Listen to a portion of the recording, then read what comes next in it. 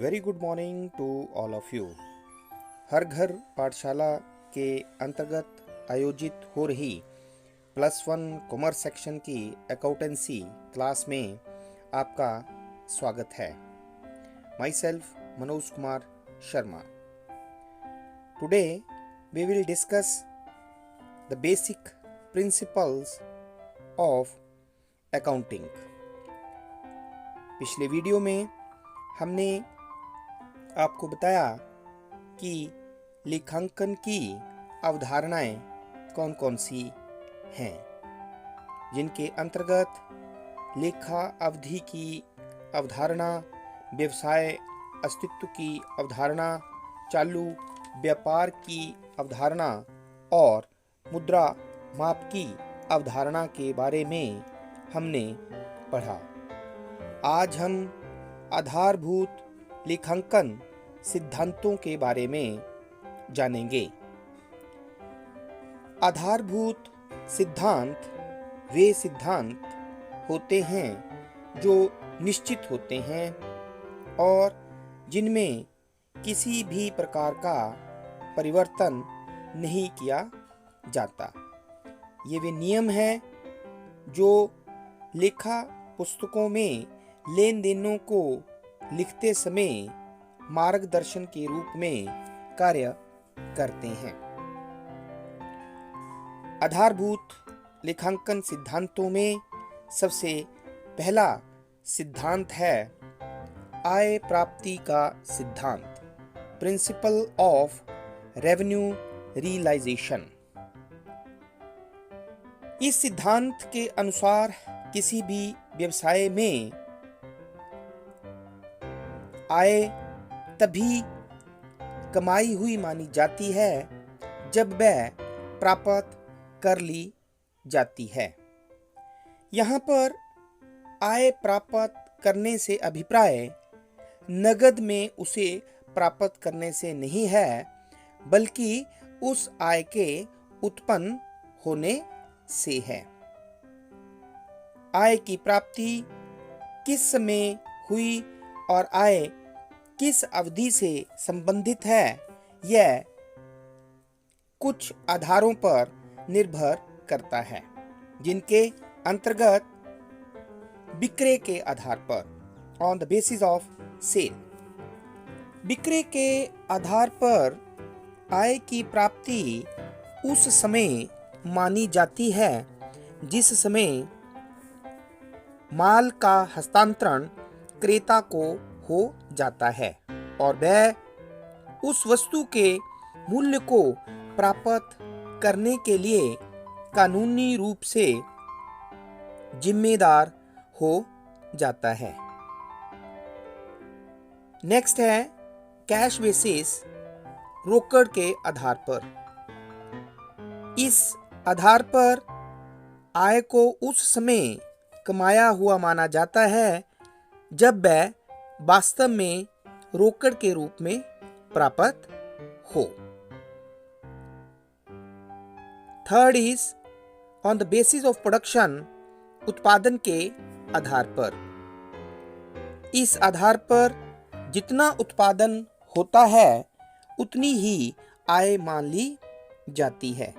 जैसे हम सभी देखते हैं कि पुलों का निर्माण, बहुत बड़ी बिल्डिंग्स का निर्माण, सड़कों का निर्माण होता है, जिन्हें जो है वो ठेके के अनुबंध में बहुत वर्षों तक पूरा किया जाता है। तो जितना उस कार्य का भाग पूरा हो जाता है उसी को जो है उतने भाग को जो है वो आय मान लिया जाता है।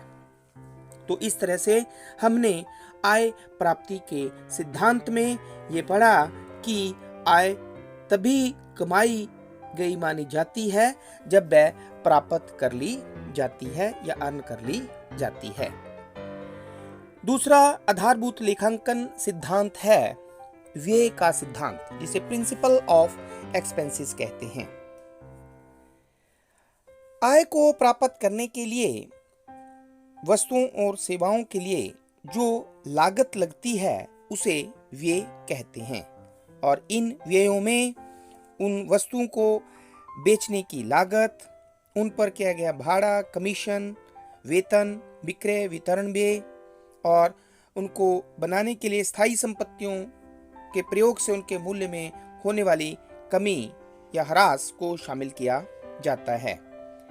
इस सिद्धांत के अनुसार वे उस समय नहीं माने जाते जब उनका नगद में भुगतान किया जाता है, बल्कि वे उस समय माने जाते हैं जब आय को प्राप्त करने के लिए उनका प्रयोग किया जाता है। इसी सिद्धांत के आधार पर अदत्त व्ययों को जो ऐसे व्यय जिनका हमने अभी भुगतान नहीं किया गया है, उन्हें भी व्यय ही माना जाता है।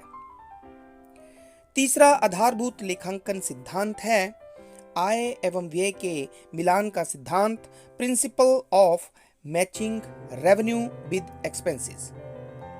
प्रत्येक व्यवसायी वो लाभ कमाने के उद्देश्य से व्यवसाय की स्थापना करता है। इस सिद्धांत के अनुसार एक निश्चित अवधि के लाभ का निर्धारण करने के लिए उस निश्चित अवधि की आय का उस निश्चित अवधि की व्यय से मिलान किया जाता है। इसी सिद्धांत के अनुसार एक निश्चित अवधि के आयों और व्ययों के मिलान द्वारा ही वो लाभ या हानि की गणना की जाती है। लेकिन जब हम आयों और व्ययों का मिलान करते हैं तो हमें कुछ बातों को ध्यान में रखना है, जिसमें उस अवधि के सभी व्ययों को शामिल करना है, चाहे उनका भुगतान कर दिया गया है या अभी नहीं किया गया है। और ऐसे व्यय जिनका भुगतान पहले ही कर दिया है, मतलब जो अगले वर्ष से संबंधित है लेकिन जिनका भुगतान हमने चालू वर्ष में ही कर दिया है, ऐसे व्ययों को शामिल नहीं करना है। इसी तरह ऐसी आय को भी शामिल करना है जो नगद में प्राप्त नहीं हुई है लेकिन वो कमा ली गई हुई है। लेकिन ऐसी आय जो पहले ही प्राप्त कर ली है और कमाई नहीं हुई है, जिसे इनकम रिसीव्ड एडवांस कहते हैं, उसे शामिल नहीं करना है।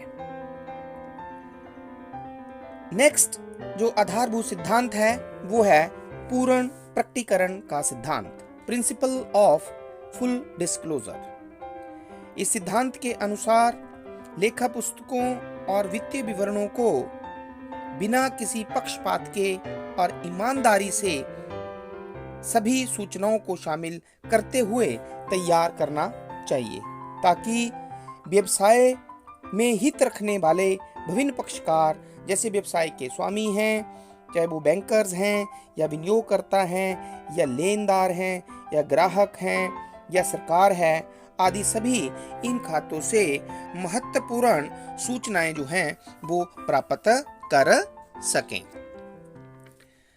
नेक्स्ट आधारभूत सिद्धांत है द्विपक्षीय सिद्धांत, प्रिंसिपल ऑफ डुअल एस्पेक्ट। यह सिद्धांत दोहरा लेखा प्रणाली का एक महत्वपूर्ण अंग है। इस सिद्धांत के अनुसार ही प्रत्येक लेन देन का कम से कम 2 खातों पर प्रभाव पड़ता है। यदि किसी लेन देन के लिए एक खाते को डेबिट किया जाता है तो दूसरे खाते को उतनी ही राशि से क्रेडिट किया जाता है।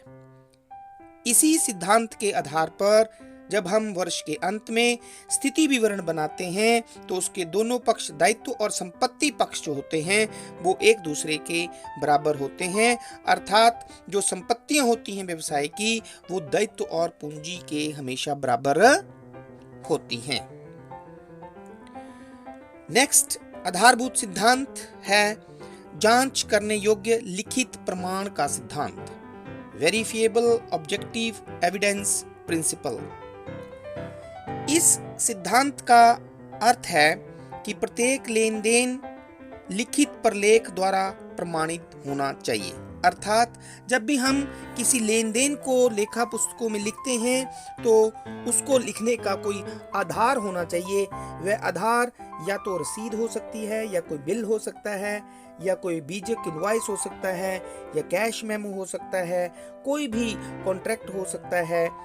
तभी जो है वो उस लेन देन को लेखा पुस्तकों में लिखना चाहिए, यदि उसके साथ कोई उसका प्रमाणक है। इन्हीं प्रमाणकों के आधार पर जो है वो वर्ष के अंत में जब अंकेक्षण करवाया जाता है अंकेक्षक द्वारा, तो इन्हीं प्रमाणकों की सहायता से जो है वो लेन देनों की सत्यता की जांच जो है वो की जाती है। अंतिम आधारभूत सिद्धांत है ऐतिहासिक लागत सिद्धांत। इस सिद्धांत के अनुसार संपत्तियों का पुस्तकों में जो है वह मूल्य लिखा जाता है जिस मूल्य पर वह संपत्ति खरीदी गई है। यही लागत जो है भविष्य में उस संपत्ति के संबंध में किए गए सभी व्यवहारों का आधार बनती है। इसे ऐतिहासिक लागत कहा जाता है और भविष्य में संपत्ति के मूल्य में होने वाले बाजार मूल्य में किसी भी प्रकार की वृद्धि या कमी का लेखा जो है वो लेखा पुस्तकों में नहीं किया जाता है। लेकिन वर्ष के अंत में समय बीतने के साथ जो उसके मूल्य में कमी ह्रास के रूप में हुई है उसे उसमें से जो है वो घटा दिया जाता है। तो इस तरह से आज के इस वीडियो में हमने लेखांकन आधारभूत लेखांकन सिद्धांतों को डिस्कस किया। आई होप ये आधारभूत लेखांकन सिद्धांत जो है वो आपको अच्छी तरह से समझ में आगे होंगे। Thank you very much.